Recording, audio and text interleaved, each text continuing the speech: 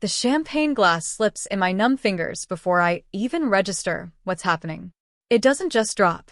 It seems to float in slow motion, catching the light from the fairy lights strung across the patio, a tiny, sparkling comet descending towards the patterned brick. The sound it makes when it shatters is shockingly loud, a sharp, final exclamation point cutting through the polite murmur of conversation, the clinking of other glasses, the soft jazz playing somewhere nearby. Everyone turns. They're looking at me, but I'm not looking at them. My eyes are locked on him, on Mark, down on one knee by the rose bushes he always hated tending. He's holding a small, dark blue velvet box. It's open. Inside, a diamond winks, catching the same light that just moments ago made my wine glass sparkle. He's not looking at me either. His gaze, earnest and shining, is fixed on her. Sarah. She stands opposite him, her hand fluttering to her mouth, her eyes wide, a performance of shock I will come to know intimately. Our friends, gathered for what I thought was just a summer evening party, our annual, welcome summer get-together, are frozen. Some gasp, some whisper. The air goes still, heavy with unspoken words and the sweet, cloying scent of the roses Mark neglected. The silence stretches, vibrating with a tension so thick, I can almost taste it, metallic and foul on my tongue. My heart isn't beating. It's hammering, a frantic, trapped bird inside my chest, desperate to escape the cage of my ribs. My breath hitches, a painful, ragged sound. I can feel the pieces of shattered glass digging into the soles of my sandals. It doesn't hurt, not really. Not yet. The pain is higher up, a searing, nauseating burn in my gut. Mark clears his throat, a small, nervous sound utterly alien in this moment. He smiles up at her, a tender, hopeful expression I haven't seen directed at me in months, maybe years. He says her name, his voice clear, projecting just enough to carry across the stunned silence. Sarah, he says. And the word, spoken with such devotion, feels like a physical blow. Will you marry me? This is the moment. The anchor drops, dragging me down into something cold and dark and utterly unfamiliar. My world doesn't just tilt. It implodes. It folds in on itself, leaving nothing but the suffocating vacuum of betrayal and the blinding, white-hot light of disbelief. This isn't happening. It can't be happening. Not here. Not now. Not like this. But it is. Sarah's eyes are glistening. She nods, a slow, dramatic dip of her head. Tears well up, spilling onto her cheeks. She reaches for him, pulling him up into an embrace.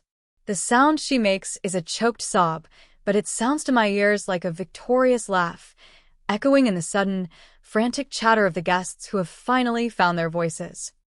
The party dissolves into a tableau of shock and forced celebration. Friends rush forward, some towards Mark and Sarah with effusive congratulations, others towards me with looks of horrified pity. I can't move. I just stand there, rooted to the spot, the shattered glass around my feet like a grim, sparkly perimeter. My hands are shaking. Not a gentle tremor, but a violent, uncontrollable shudder. The air, thick with perfume and the smell of barbecue, suddenly feels thin, hard to breathe. My vision tunnels, focusing only on them. Mark, holding Sarah close, his face buried in her hair. Sarah, clinging to him, her back to me, her shoulders shaking with what everyone else assumes is joy. They are the sun and the moon, orbiting only each other, and I am just dust caught in the gravity of their sudden, impossible world. The world where he proposes to his mistress in front of his wife. In front of their friends. At their party. It's a scene so audacious, so cruel, so utterly unbelievable, it feels like a dream. A nightmare. Let me know where you're watching from and what time it is. And if you haven't already, please subscribe. It helps me more than you know. Before this night, before the glass shattered and the world cracked open, life felt solid. Comfortable, like a well-worn armchair. Maybe a little faded in places, maybe a few loose threads, but reliably there. My name is Eleanor. I was married to Mark for 10 years. 10 years built on quiet evenings, shared jokes, Sunday mornings reading the paper in companionable silence, holiday traditions, the steady rhythm of two lives intertwined. We met in college, a classic tale. Late-night study sessions turning into late-night talks, then clumsy first dates, then something deeper, something that felt like destiny unfolding slowly, naturally. Mark was ambitious-driven. I don't know, grounded maybe? I liked creating order, building a home, supporting his dreams while nurturing my own small garden of interests. I worked as a librarian, a quiet job that suited my nature. Our life was steady, predictable. We talked about the future, retirement plans, maybe a small cottage by the lake one day, grandchildren we might never have but like to imagine. There wasn't a specific moment things went wrong, not one I can point to now with certainty from the vantage point of betrayal. It was more like a slow erosion, a subtle shift in the current that you don't notice until you're miles off course. He started working later. Business trips became more frequent. Our conversations grew shorter, more functional, bills, schedules, errands. The easy laughter faded. The comfortable silence sometimes felt less companionable, more empty. I told myself it was just life. The grind. The pressure of his job in finance. Everyone goes through phases, right? Relationships aren't always fireworks. They settle. They become comfortable. Maybe that comfort was what I mistook for contentment. Maybe it was what he mistook for boredom. Sarah joined Mark's firm a couple of years ago. I met her once, maybe twice at office parties. Blonde, bright, loud where I was quiet. She had that restless energy, the kind that seems to pull focus just by existing. Mark mentioned her sometimes. Sarah in marketing. Sarah had a great idea, casual mentions, nothing that sparked alarm. Hindsight is a cruel, clear lens. Every innocent mention now seems loaded, heavy with the weight of what was building beneath the surface. Our 10th anniversary had been quiet. A nice dinner, a thoughtful gift. It felt adequate. Not joyful, not deeply connected, but adequate. I remember thinking then, sitting across from him in that dimly lit restaurant, that maybe this was it. Maybe this was what long-term marriage settled into. A comfortable coexistence. I accepted it. I settled. And all along, while I was settling into the life I thought we had, he was building another one. With her. The party was supposed to be a return to normalcy. A chance to connect with friends, enjoy a warm evening, pretend for a few hours that everything was fine. We'd planned it for weeks. I'd cleaned the house until it gleamed, debated tablecloths, chosen the music, bought the good wine. I wanted it to be perfect, a perfect picture of our perfect life. The guests arrived, filling the house with laughter and chatter. The air was warm and sweet. Everything felt right. We mingled. Mark played the charming host. I circulated, making sure everyone had drinks, felt welcome. Sarah arrived late, clinging to the arm of some guy I didn't recognize, introduced as her date. Mark seemed a little stiff when he greeted her, but I dismissed it. Nerves, maybe? He hated hosting. As the evening wore on, people drifted out to the patio. The sun dipped below the horizon, casting long shadows. The fairy lights came on, twinkling. Someone put on jazz. It was idyllic.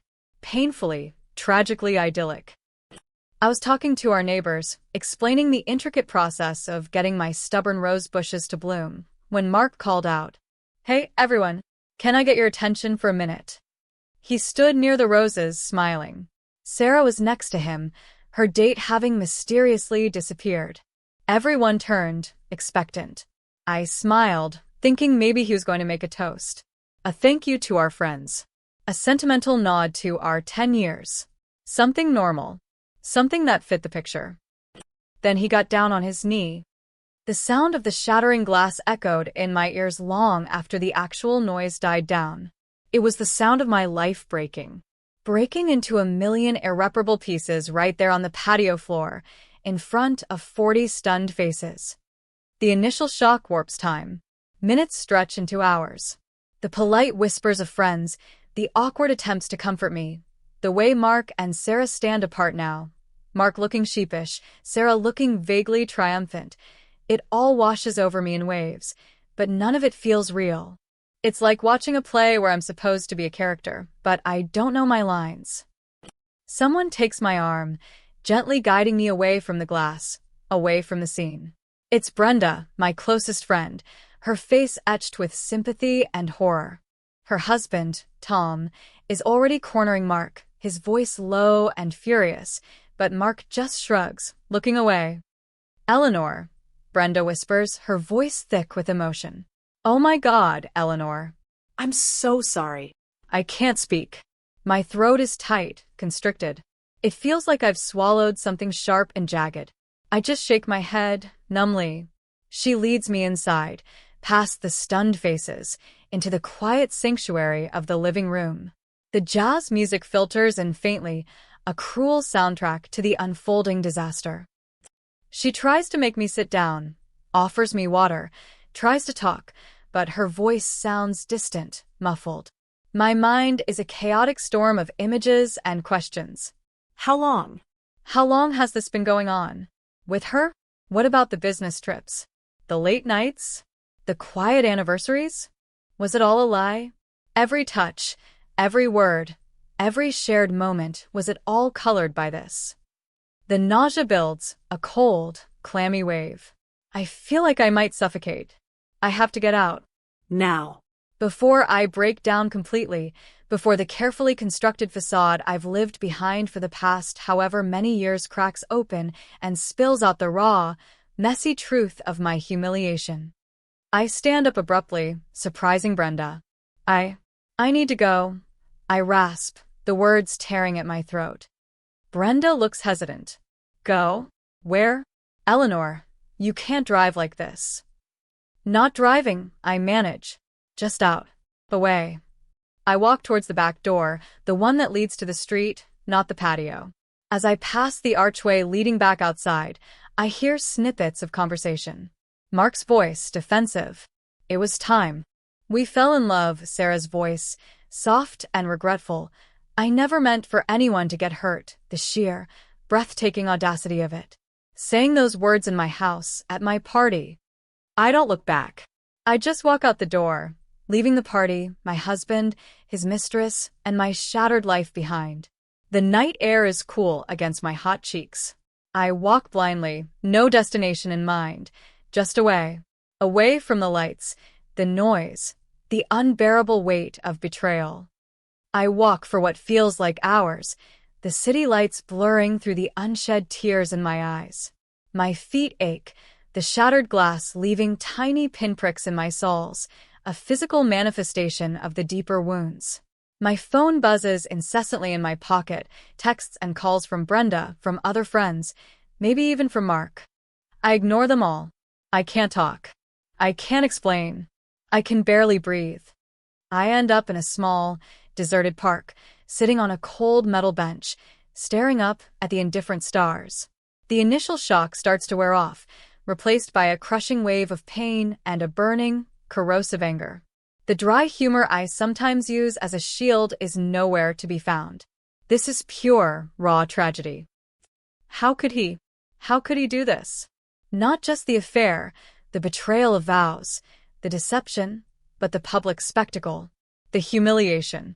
It wasn't just proposing to her, it was a calculated, brutal act of dismissal towards me. A public declaration that I was no longer his wife, no longer even a consideration. I was just an obstacle, removed with a dramatic flourish for the benefit of an audience. I sit there as the night deepens, the park quiet and still. My thoughts chase each other in frantic circles. What do I do? Where do I go? My house is still his house. My life is still tangled up with his. The future I thought was unfolding before me is gone, replaced by a vast, terrifying emptiness. Eventually, exhaustion wins out over despair. I manage to call a cab, giving my own address, a place that no longer feels like home. I arrive to find Brenda and Tom waiting on the porch, their faces worried. They had gotten a key from me years ago for emergencies. They pull me into a hug and finally, I break. The tears come, hot and fast, racking my body with sobs.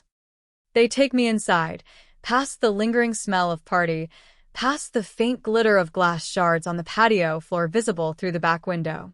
They don't ask questions, just hold me, let me cry, bring me tea.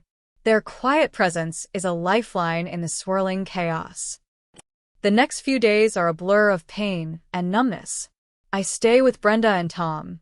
I can't face the house, can't face Mark. He texts me, calls, leaves voicemails. A mix of attempts at explanation, justification, even bizarrely, asking where I'd left the car keys.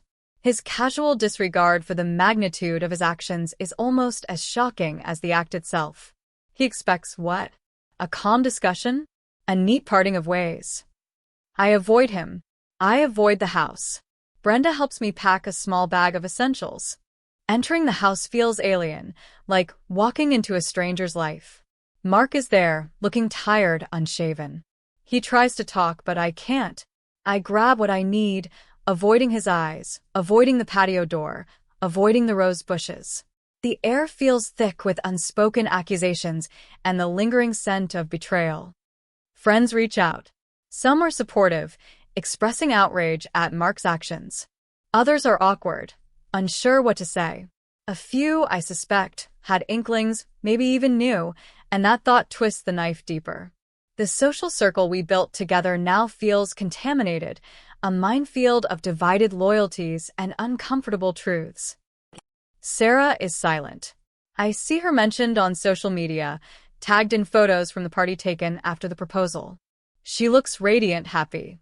The world, it seems, has already moved on, celebrating their love story, while mine lies in ruins. The injustice of it burns. My early struggles are simple survival. Eating. Sleeping. Not dissolving into tears every few minutes. Functioning. The sheer physical weight of grief and shock is debilitating. My body aches, my head throbs. The future is a blank wall. How do I even begin to rebuild? Where do I start? The legal process feels overwhelming, a mountain I don't have the strength to climb. Mark continues to contact me, sometimes apologetic, more often impatient. He wants to talk about the logistics of the divorce. He talks about moving on as if our 10 years was just a minor inconvenience to be tidied away. He mentions needing access to joint accounts, discussing property. It's all practicalities to him, devoid of the emotional wreckage he's created. His focus is entirely on his new life, eager to shed the skin of the old one, with me still trapped inside it. I feel stuck, paralyzed. The humiliation is a constant companion, whispering in my ear. The pitying looks from well-meaning friends, the whispers I imagine are happening behind my back, the sheer public nature of the betrayal. It all makes it hard to breathe, hard to think. I feel diminished, discarded, like damaged goods. Tom and Brenda encourage me to see a lawyer. You need someone in your corner, Elle, Tom says gently. Don't let him just walk all over you. Brenda searches online, makes calls. They find someone. A woman named Rebecca, known for being sharp, meticulous, and tough. The idea terrifies me. Facing him across a table, lawyers dissecting the carcass of our marriage. It feels too real, too confrontational. Part of me wants to hide away, lick my wounds in private, disappear.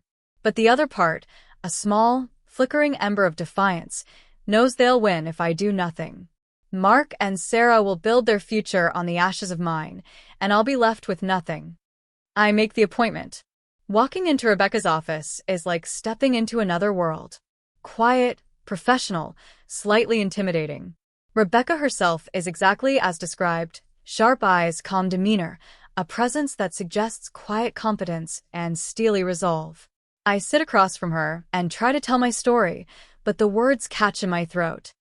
She listens patiently, letting me stumble through the narrative, the shame and pain making it hard to articulate clearly. When I finish, she doesn't offer platitudes. She just nods. This is a terrible thing he's done, Eleanor, she says, her voice steady. Especially the manner of it. The public humiliation adds another layer of cruelty. She explains the process. Divorce proceedings, asset division, potential for spousal support. It's complex, daunting. She asks about our finances, our property, his job, Sarah's role. The practical details force me to confront the reality of the situation, the messy, difficult road ahead. He's going to want to settle quickly, I suspect, Rebecca says, to minimize disruption to his new life. He'll offer you something. It might seem reasonable on the surface, but we need to make sure it's fair. And given the circumstances, perhaps punitive. Punitive. The word lands softly, but it resonates deep within me. Punish him? For what he did. The idea feels both terrifying and exhilarating. I've been so focused on my pain, on survival, that I hadn't allowed myself to think about retribution, about leveling the playing field. We start the process. Letters are sent. Financial disclosures are requested. Mark's responses are irritating, evasive. He tries to minimize his income, inflate his expenses. Sarah, it turns out, also works at his firm in a senior role. They are a power couple now, consolidating their positions, both professionally and personally. The challenges mount. Mark drags his feet on providing documentation. His lawyer, a slick, aggressive man named Sterling, is equally obstructive. They seem to be working in tandem, a united front determined to make this as difficult and as cheap as possible for Mark. Letters from Sterling are cold, dismissive, sometimes subtly condescending. They imply I am being unreasonable, that I am just an obstacle preventing two people who are meant to be from starting their lives together. The language of divorce is clinical, devoid of emotion. Assets, debts, maintenance, equitable distribution, it strips away the history, the shared life, the pain of betrayal, reducing it all to numbers on a balance sheet. But for me, every document, every request, is steeped in the emotional reality of what happened. His request for access to our vacation fund feels like another slap in the face, money we saved for a future he never intended to share with me. My emotional state is a roller coaster. Some days I feel strong, determined to fight. Other days I'm consumed by sadness, by the loss of the life I thought I had, by the sheer unfairness of it all.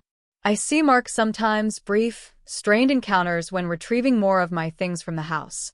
He acts like a landlord, politely distant, impatient for me to be gone. Sarah is never there, but her presence is everywhere in the new coffee machine, the changes to the decor, the subtle shift in the atmosphere. It feels like she's already moved in, erasing my footprint. The social fallout is constant. I run into people we know. The awkward silences, the averted gazes, the forced cheerfulness. Some friends drift away, uncomfortable with the drama. Others try to help, offering advice that is sometimes useful, often not. The pity is the hardest to bear. I don't want pity. I want my life back. Or failing that, I want justice. The legal fees are starting to add up. Rebecca is worth it, but the hourly rate is high. Mark knows this. He's dragging things out, hoping I'll run out of money or patience and accept a lowball offer just to make it stop. Sterling's letters become more frequent, more aggressive, pushing for a quick settlement, emphasizing the costs of litigation. He's trying to wear you down, Rebecca explains calmly. It's a common tactic. He has more liquid assets right now. He thinks he can outlast you. The pressure mounts. I feel the walls closing in. My small savings dwindle. The future looks less like a fresh start and more like a grim struggle for financial survival. What if he wins? What if he manages to hide enough, deflect enough, lie enough, that he gets away with it? Gets away with the public humiliation, the years of deception, leaving me financially vulnerable while he sails off into the sunset with Sarah. That thought, the idea of them winning, of them getting everything they want while I'm left picking up the pieces of the life he destroyed, sparks something cold and hard inside me. The sadness and fear haven't gone away, but they are joined now by a simmering, potent rage. I can't be the victim anymore. I won't be. The midpoint shift isn't sudden. It's a slow, deliberate hardening. It's staring at my reflection one morning, tired and drawn, and seeing not a broken woman, but a person who survived a direct hit and is still standing. It's listening to another patronizing voicemail from Mark and feeling not despair, but a quiet, focused fury.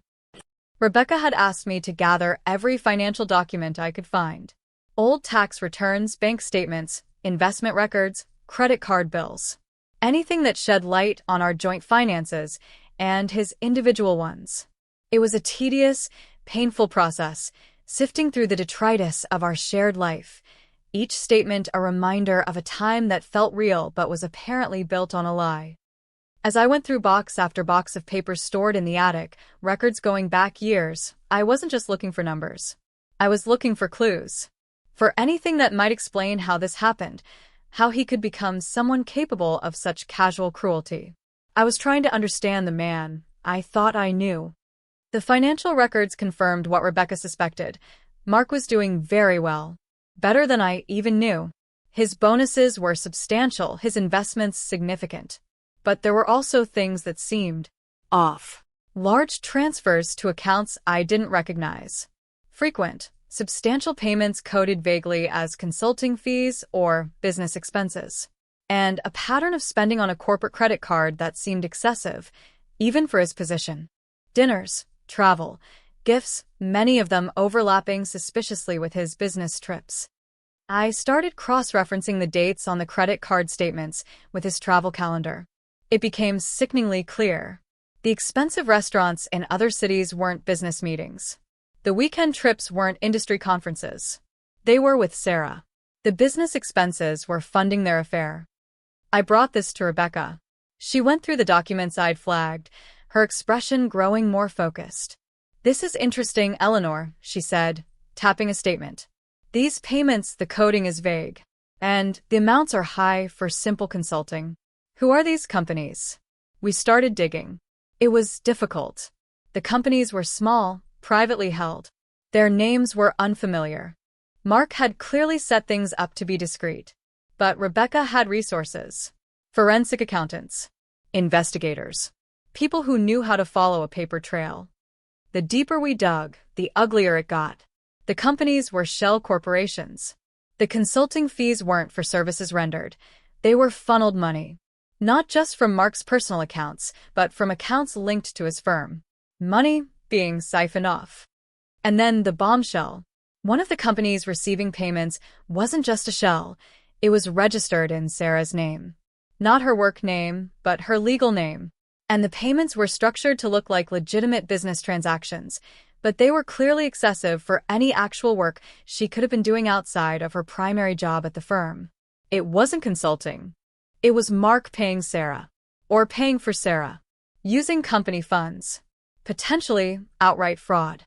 The realization hit me like a physical blow, but this time, it wasn't pain. It was something else. A cold, hard clarity. This wasn't just infidelity and a messy divorce. This was serious financial misconduct. Potentially illegal. It explained the secrecy, the evasiveness. Mark wasn't just protecting his assets from me, he was protecting himself from exposure. And Sarah wasn't just a mistress. She was complicit, benefiting directly and perhaps actively involved in concealing the scheme. The romantic narrative they presented, of two people falling in love and bravely choosing to be together, was a lie built on a foundation of deceit and possibly crime. This discovery changes everything. My strategy shifts from damage control and seeking fair division of assets to exposing his wrongdoing. The fight is no longer just about me and Mark. It's about something bigger, something that could have serious consequences for both him and Sarah, professionally and legally. The deepening crisis had been the feeling of being outmatched, of him having all the power, the money, the confidence of his new relationship while I struggled alone. But this is the turning point. It's a weapon. A powerful one. One he doesn't know I have. Rebecca's eyes gleam with a steely intelligence as we discuss the findings. "This is significant, Eleanor," she says, her voice low and serious. "This isn't just proof of the affair, it's potential evidence of fraud within his firm. Depending on the amounts and the structure, it could be highly problematic for him. And for Sarah." She explains the implications. His firm would likely be very interested in this. Regulatory bodies might be interested. It could jeopardize his career, their careers, maybe even lead to criminal charges. It changes the power dynamic completely. Suddenly, he's not just trying to get rid of me. He's trying to keep a lid on something explosive. The decision is made. We don't reveal this immediately. We use it as leverage. Rebecca crafts a new settlement proposal, one that is significantly more favorable to me. It includes a larger share of assets, ongoing support that reflects his true earning potential, not the minimized version he presented, and other concessions. We don't mention the fraud directly, not yet. We just present the demand, backed by the implicit threat of what we know. Mark and Sterling react predictably. Outrage. Refusal. They call the proposal exorbitant, unreasonable. They reiterate their previous, meager offer, threatening to drag me through expensive litigation if I don't accept. They don't know why I'm suddenly asking for so much more. They don't know I have the sword hanging over their heads. This back and forth goes on for weeks. Letters fly between lawyers, each one ratcheting up the tension. Sterling is confident, aggressive. Mark is dismissive, smug. They think they are dealing with the same broken, humiliated woman who fled the party. They don't see the cold, calculated resolve that has replaced the despair. I prepare myself. I know what's coming. We schedule a mediation session.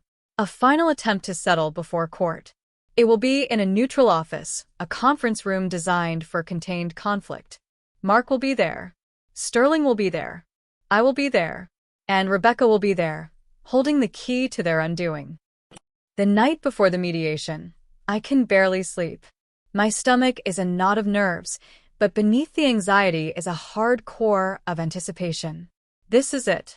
The confrontation I've avoided, the moment I will face him, not as his heartbroken wife, but as the architect of his comeuppance. I choose my outfit carefully. Not something flashy, but something composed, professional. A dark suit. Minimal makeup. I want to project strength, calm, control. I practice what I want to say, how I want to be. Silent. Observing. Letting Rebecca do the talking until the crucial moment. The morning arrives, gray and overcast, matching the somber mood I carry. Driving to the mediation office feels like driving to a battlefield. My hands grip the steering wheel tightly. The city outside looks indifferent to the personal drama unfolding within its buildings. I arrive early. The office is quiet. A receptionist offers me water, shows me to a small waiting room. I sit, breathing deeply, trying to still the tremor in my hands. Rebecca arrives, calm and focused. She reviews the plan one last time. We present our offer again, she says. They refuse. Then we lay it out. Clearly. Concisely. We show Sterling the evidence. We explain the implications. We give them a final chance to accept our terms. If they don't, we proceed. The tension in the air is palpable when Mark and Sterling arrive. Mark looks confident, almost arrogant. He's dressed in an expensive suit, his hair perfectly styled. He avoids my eyes, a familiar pattern. Sterling is all smooth professionalism, offering a tight smile to Rebecca, ignoring me. We are ushered into a conference room. A large table dominates the space. Chairs are arranged on either side. Rebecca and I sit on one side, Mark and Sterling on the other. A mediator, a neutral third party, sits at the head of the table, observing. The initial exchanges are polite, formal. The mediator outlines the process. Sterling presents Mark's position, his lowball offer, emphasizing my supposed unreasonableness. He speaks as if I'm not there, referring to me in the third person. Mark sits beside him, nodding, looking bored. Rebecca responds calmly, reiterating our proposal, the one that asks for significantly more. Sterling immediately pushes back, his voice sharp. That's simply not feasible, Rebecca. Your client's demands are excessive. We've made a generous offer, considering the circumstances. Perhaps Ms. Peterson needs a clearer understanding of the financial realities. He emphasizes the cost of court, the public scrutiny. He still thinks he can bully me into submission. Mark leans back in his chair, a small, smug smile playing on his lips. This is his world, the world of negotiation and leverage, and he thinks he's winning. Rebecca waits for Sterling to finish. She doesn't raise her voice, but her tone is firm, cutting through the practiced bluster. "Mr. Sterling," she says, "we understand the financial realities perfectly. In fact, our understanding of your clients' financial realities has deepened considerably in recent weeks." Sterling frowns, sensing a shift. "What are you implying?" Rebecca reaches into her briefcase. She pulls out a file, thinner than the stacks of divorce papers, but infinitely more potent. She places it on the table, sliding it towards Sterling. "We've done some digging," she says. "Into those consulting fees, those business expenses, and the shell corporations, particularly the one registered to Ms. Sarah Jennings." She pauses, letting the names hang in the air. Mark's smug smile falters. His eyes flick towards the file, a flicker of unease replacing the arrogance. "We have documentation," Rebecca continues, her voice low and steady. "Bank records, corporate filings, detailed tracing of fund transfers. It appears Mr. Peterson has been rather creative with his accounting, funneling significant amounts of money, potentially company funds, through shell corporations, one of which seems to be paying a substantial sum directly to Ms. Jennings." She doesn't need to spell it out. Sterling is a good lawyer. He understands immediately.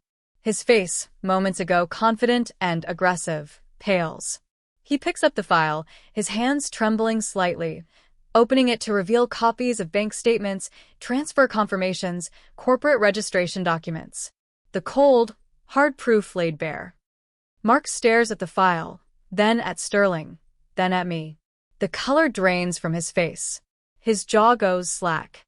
The smugness is gone, replaced by sheer, unadulterated panic. "What is this?" he whispers, his voice hoarse.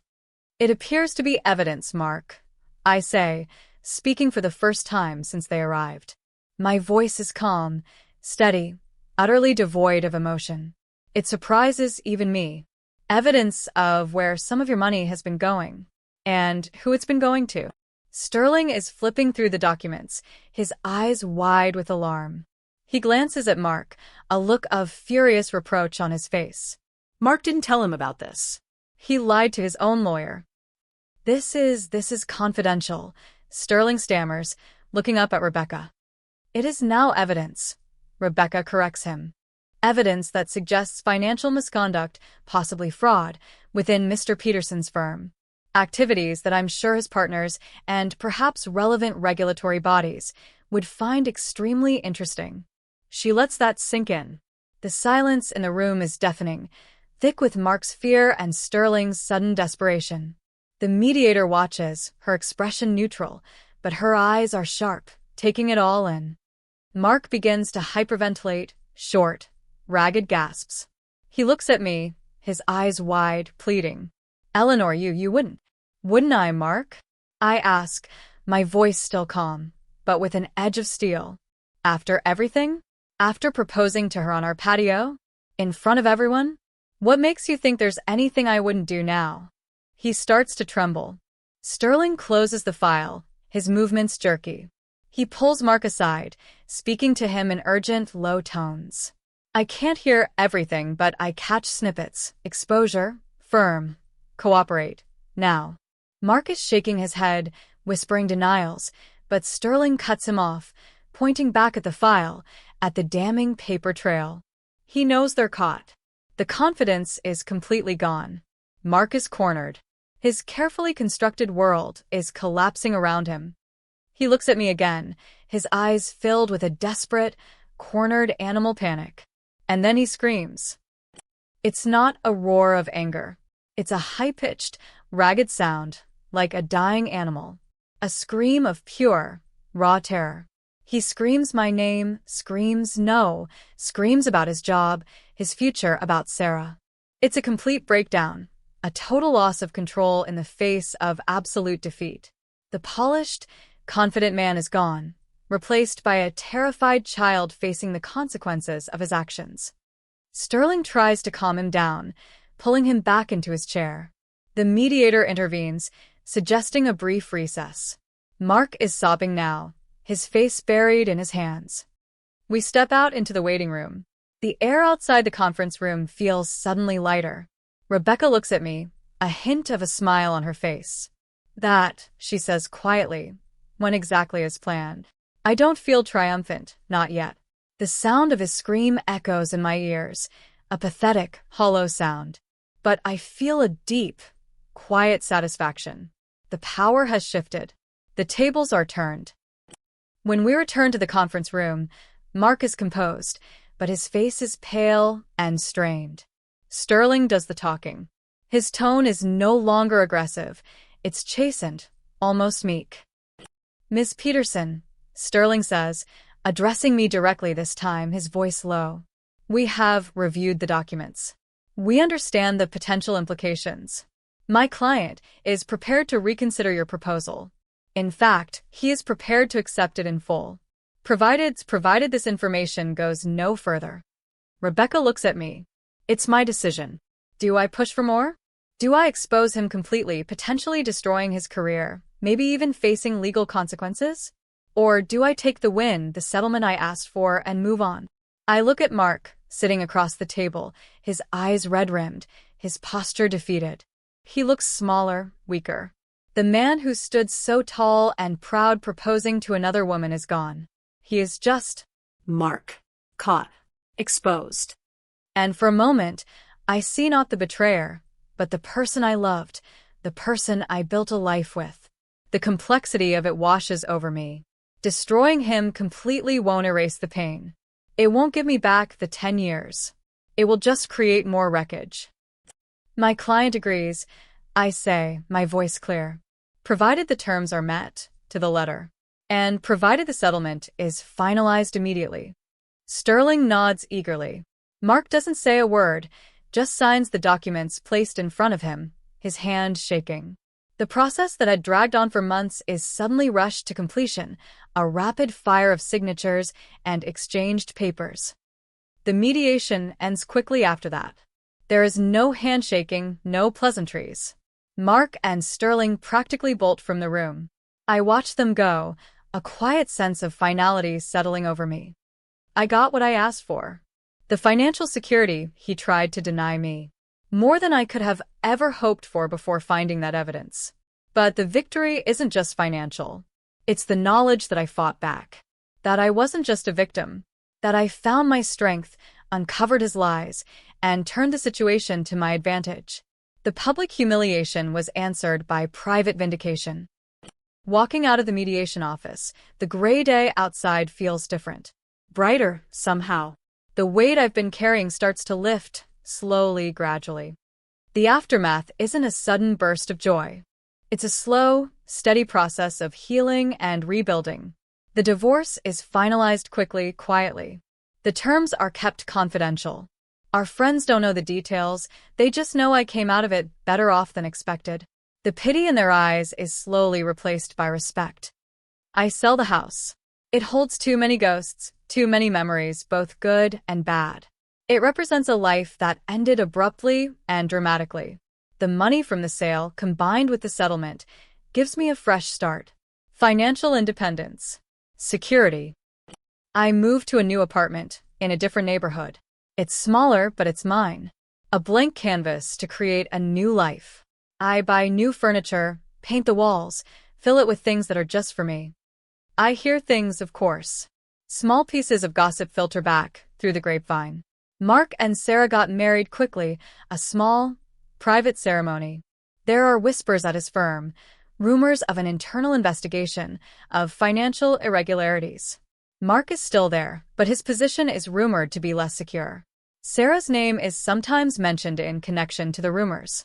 They built their relationship on secrets and lies, and it seems the foundation is shaky. I don't wish them ill, not actively, but there's a quiet justice in knowing their carefully constructed world isn't as stable as they imagined. The scars remain. The betrayal runs deep, a wound that will likely never fully close. Trust is harder now. The cynical edge the experience gave me sometimes makes it difficult to connect with people. But I also discovered a resilience I didn't know I possessed. I found my voice when I thought I had lost it. I found strength in the face of my greatest weakness. The pain of the past is still there, a shadow that follows me. But it no longer defines me. I am not just the woman whose husband proposed to his mistress. I am the woman who stood in the wreckage of her life, found the tools to rebuild, and built something new, something stronger, on her own terms. The shattered glass on the patio was just the beginning of the breaking. But it wasn't the end of the story. It was just the prelude to the unexpected, difficult, and ultimately victorious chapter where I put myself back together, piece by piece, stronger than before.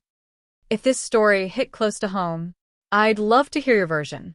Drop a comment with where you're listening from and what time it is. Thanks for being here. Subscribing helps bring more of these to life.